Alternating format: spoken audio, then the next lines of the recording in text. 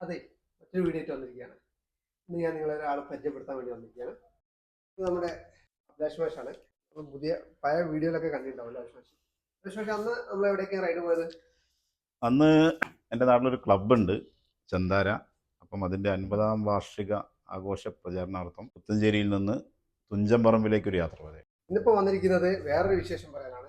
പുതിയൊരു ride plan ചെയ്തിട്ട് എന്നപ്പോൾ ഒന്ന് നമ്മൾ വ്യാഴാഴ്ച എവിടേക്കാണ്? ശ്രീലങ്കയിലേക്കാണ്. ഓ, അടിപൊളി. എങ്ങനെയാണ് നമ്മൾ യാത്ര പ്ലാൻ ചെയ്തിരിക്കുന്നത്?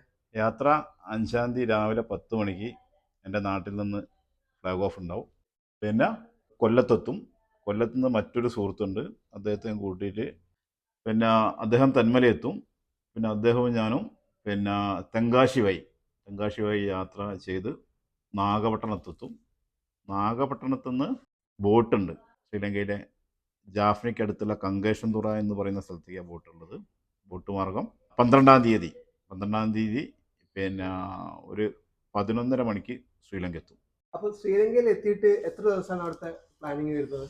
ശ്രീലങ്കയിൽ ഒരു മാസം ഇന്ത്യക്കാർക്ക് അവിടെ വിസ ഫ്രീ ആണ്. അപ്പോൾ ഒരു മാസം പൂർണ്ണമായിട്ട് ശ്രീലങ്കയിൽ നിന്ന് ശ്രീലങ്കയിലെ എല്ലാ സ്ഥലങ്ങളും ശ്രീലങ്ക മൊത്തം സഞ്ചരിക്കും. ഏതായാലും യാത്ര അടിപൊളിയാവട്ടെ. ഓക്കെ, എല്ലാവിധ ആശംസകളും. Okay, thank you.